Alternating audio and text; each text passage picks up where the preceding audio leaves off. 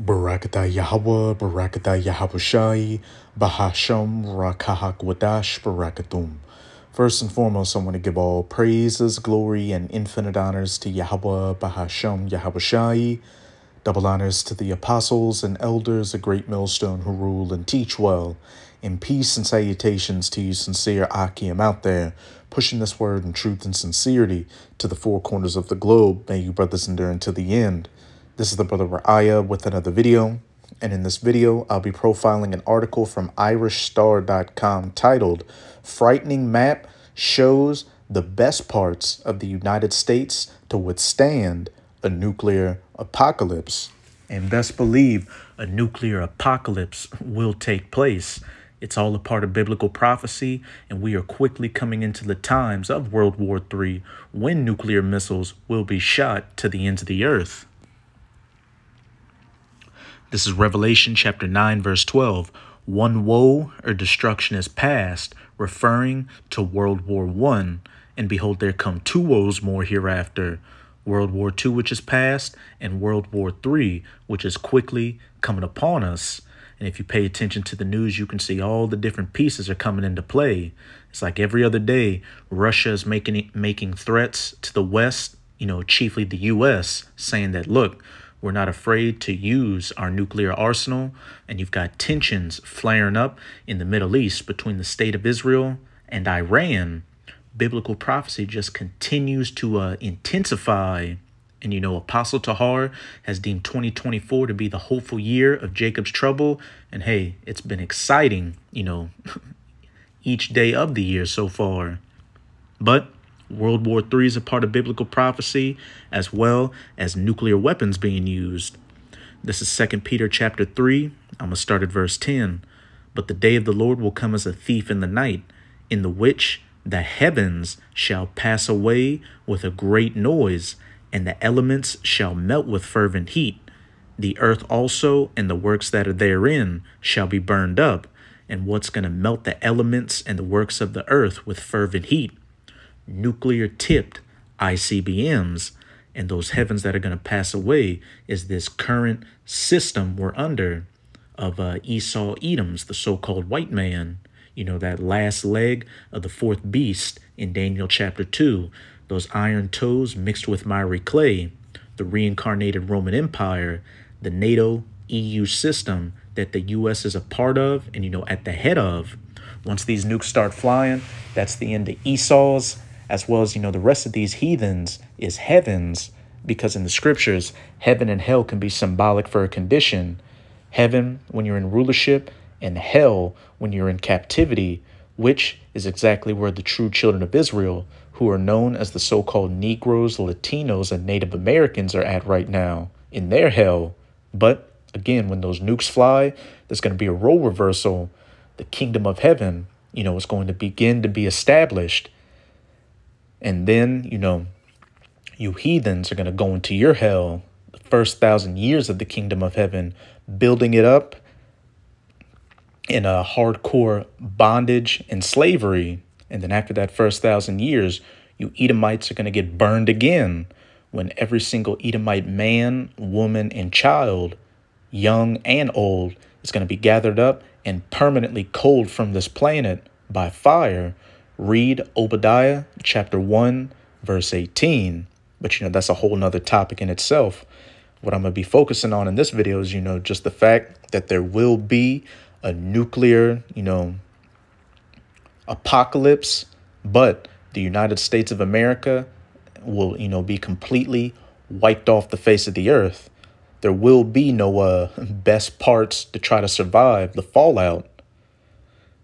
After the success of the Fallout series, many people have wondered where the best places to survive a nuclear apocalypse would be outside of the United States of America. But hey, primarily on the chariots, which is where, the elect of the nation of Israel are going to be on when they get beamed up during World War III, when these nukes are flying. This frightening map, based on the data from a newly released study, has indicated the best and worst states to live in during an apocalyptic event based on key survival indicators. With the success of the Fallout series and the current world conflicts involving nuclear powers like Russia, the topic of nuclear attacks is prominently on the agenda of many around the globe. Using 18 key indicators, NoDepositDaily.com found that Vermont would be the safest state in the hypothetical scenario of a nuclear attack. Following close by are Maine, Louisiana, Wyoming, and New Hampshire. The indicators were given distinct groups: weapons and security, supplies and survival resources, population density, medical services, gas and vehicle supplies, climate, access to fresh water, and access to food. And they have a map right here. But let's see what the scriptures have to say about the best parts to survive in the United States of America after nuclear missiles are shot during that third woe. This is Isaiah chapter 13. I'm going to start at verse 19. And Babylon, mystery Babylon, the virgin daughter of Babylon, Babylon the Great, which is the United States of America, the glory of kingdoms, the beauty of the Chaldees' excellency, shall be as when the Most High overthrew Sodom and Gomorrah. And Sodom and Gomorrah was overthrown with fire and brimstone from the sky. And this modern day spiritual Sodom and Gomorrah, the United States of America, which when you read Revelation 11 verse 8, which is speaking of the U.S., it calls it spiritual Sodom, which is very easy to see. Look at what this nation promotes through its politics, economics, and social media, the Alphabet Coalition. But this modern day spiritual Sodom and Gomorrah is going to be overthrown with modern fire and brimstone, those nuclear missiles, 200 million of which is going to turn it into the biblical lake of fire from sea to shining sea, and then a desolate, uninhabitable wasteland afterwards. It shall never be inhabited, neither shall it be dwelt in from generation to generation. Hey, so much for looking for the best places to survive nuclear fallout in the United States of America. Neither shall the Arabian pitch tent there, neither shall the shepherds make their fold there, but wild beasts of the desert shall lie there, and their houses shall be full of doleful creatures, and owls shall dwell there, and satyrs shall dance there. And the wild beasts of the islands shall cry in their desolate houses, and dragons in their pleasant palaces. And her time is near to come, and her days shall not be prolonged. And with all these final biblical prophecies, in the process of coming to their fulfillment, we can see that the days of America, the days of Babylon, are near to come, and her days are no longer being prolonged. And after, the dust settles, the only creatures that are going to dwell in the former United States of America are going to be these desert creatures that it went into. And before I go to my last precepts, notice how they, showed a map here outlining the different states. This destruction is going to be so, cataclysmic and complete in the United States of America that, it's just going to be, a borderless, contiguous desert from east to west, north to south. You won't be able to determine Texas from Florida, Maine from California. But I'm going to close it out in Isaiah chapter 34. I'm going to start at verse 1 and look at what the header says. God's wrath against the nations. God's, so-called God's true name being Yahweh, Yahweh's wrath against the heathen nations. Come near, ye nations, to hear, and hearken, ye people. Let the earth hear, and all that is therein, the world and all things that come forth of it. For the indignation of Yahweh is upon all nations, and his fury upon all their armies. Go read Joel chapter 3, which deals with the battle in the Valley of Jehoshaphat, the War of Armageddon, the main part of World War III, which is going to take place in that so-called Middle Eastern region, really Western Asia.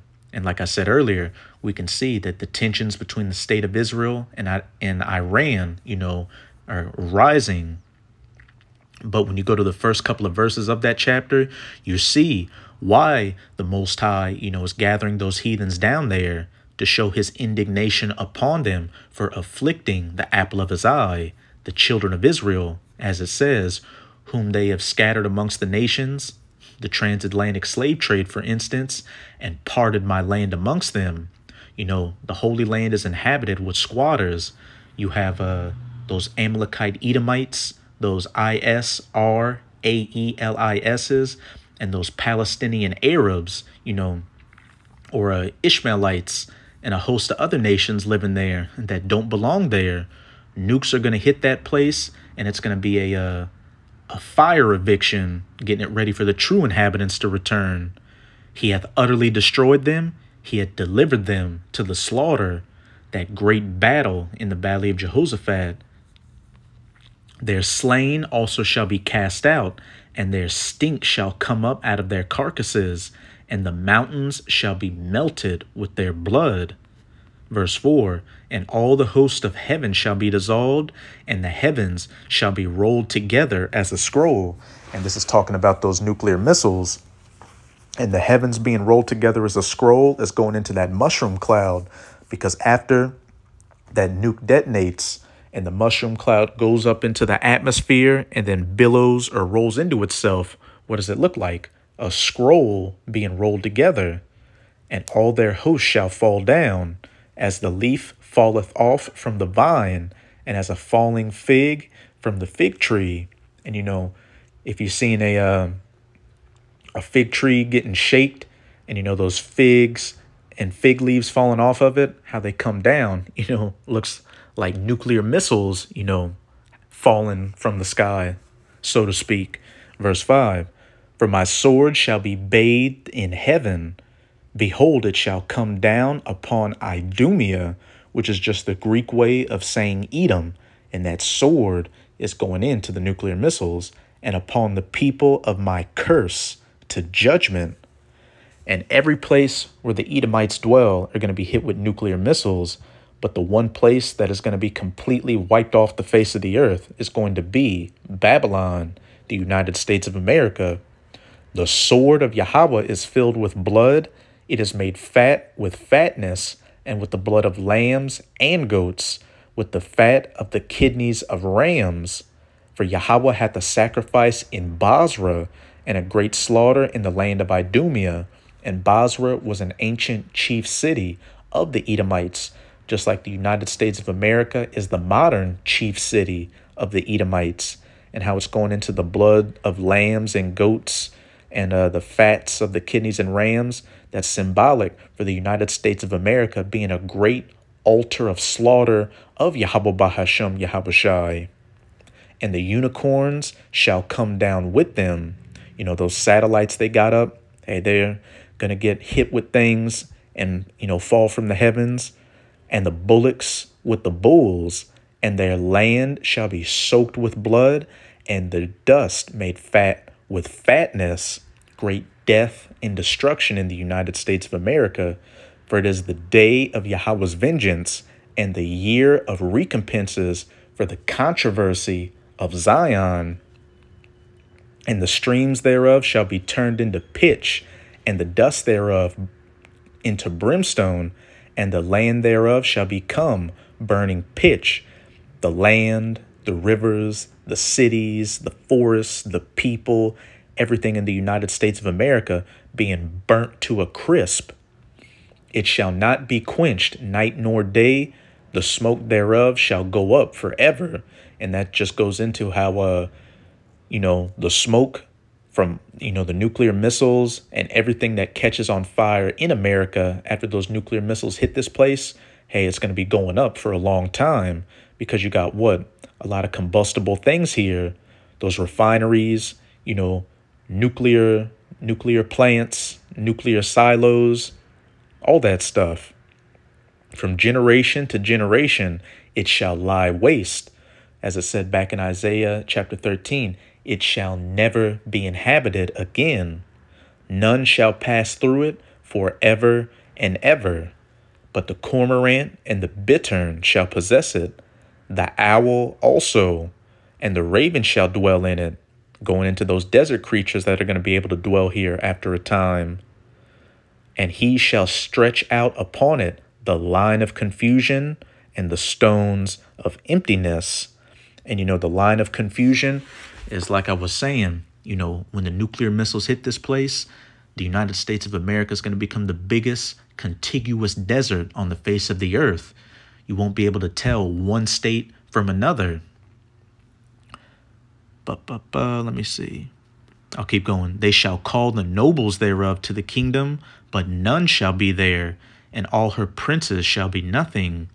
And thorns shall come up in her palaces, nettles and brambles in the fortress thereof. And it shall be an habitation of dragons and a court for owls. When you see these post-apocalyptic movies, what do you see? Just a desert landscape with tumbleweeds, brambles, nettles, cactus-looking plants, stuff like that. If that. Verse 14, the wild beasts of the desert shall also meet with the wild beasts of the island, and the satyr shall cry to his fellow. And, this perfectly, precepts that Isaiah 13, because while it called America Babylon in Isaiah 13, it's calling America, Basra in Isaiah 34. But they're saying the exact same thing. So it's talking about the exact same place and the exact same judgment that it's going to receive. The screech owl also shall rest there and find herself a place of rest. There shall the great owl make her nest and lay and hatch and gather under her shadow. There shall the vultures also be gathered, everyone with her mate. And a vulture is a hardcore desert creature, those scavengers eating those dead bodies. But I'll close it out in verse 16. Seek ye out of the book of Yahweh and read. The book of Yahweh being, of course, the scriptures, which people refer to as the Bible, the New Testament and the Old Testament, as well as the Apocrypha, which is a part of the Old Testament. No one of these shall fail. No one of these prophecies shall fail. None shall want her mate, for my mouth it hath commanded, and his spirit it hath gathered them. Point blank, period. So that's it with this video. With this video, I hope you sincere Akim and Akwath were edified. Just keep strong. We are almost out of this final wicked captivity of the heathen nations, chiefly of the Edomites. And as always, I'm going to say Abad Babol, Kwam Yasharallah, and until next time, Shalom.